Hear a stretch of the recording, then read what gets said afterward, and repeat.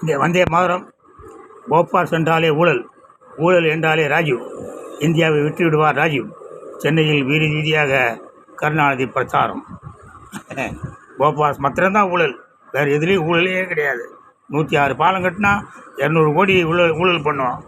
மழைநீர் வழியாக கால்வாய் கொட்டி, மழைநீர் வழியாக கால்வாய் கட்டி, கொசு உற்பத்தி பண்ணி, கொசு மருந்து அடித்து பயங்கரமாக ஊழல் பண்ணுவோம். ஆனாலும் அது ஊழல் கிடையாது, அதெல்லாம் ஊழலே கிடையாது, எதுவுமே ஊழல் கிடையாது. யாரோ ஒரு பையன் ஒரு வாட்ச்மேன் 500 ரூபா பணம் கட்டிட்டானா, அதற்காக 5 அடி அந்த விசேஷ அதிக காவலர்களை வைத்து அடித்து கொன்று அதை இதை பண்ணி எல்லாம் பண்ணாலும் அதெல்லாம் தப்பே கிடையாது. போபாஸ் மட்டுமே தான் ஊழல். ஆனால் அந்த போபாஸ் ஊழல் மன்னன் ராஜீவின் மனைவியோடு சோனியா கட்சியோடு திமுக கூட்டணி தொடரும் தொடரும் தொடரும். 2024 ஆட்சியை பிடிப்போம். 2029 ஸ்டாலின் இந்தியாவின் பிரதமர் ஆவார். ஊழல் இல்லாத ஆட்சி தருவார், ஊழலே இல்லாத ஆட்சி தருவார். ஜெயஹிந்த்.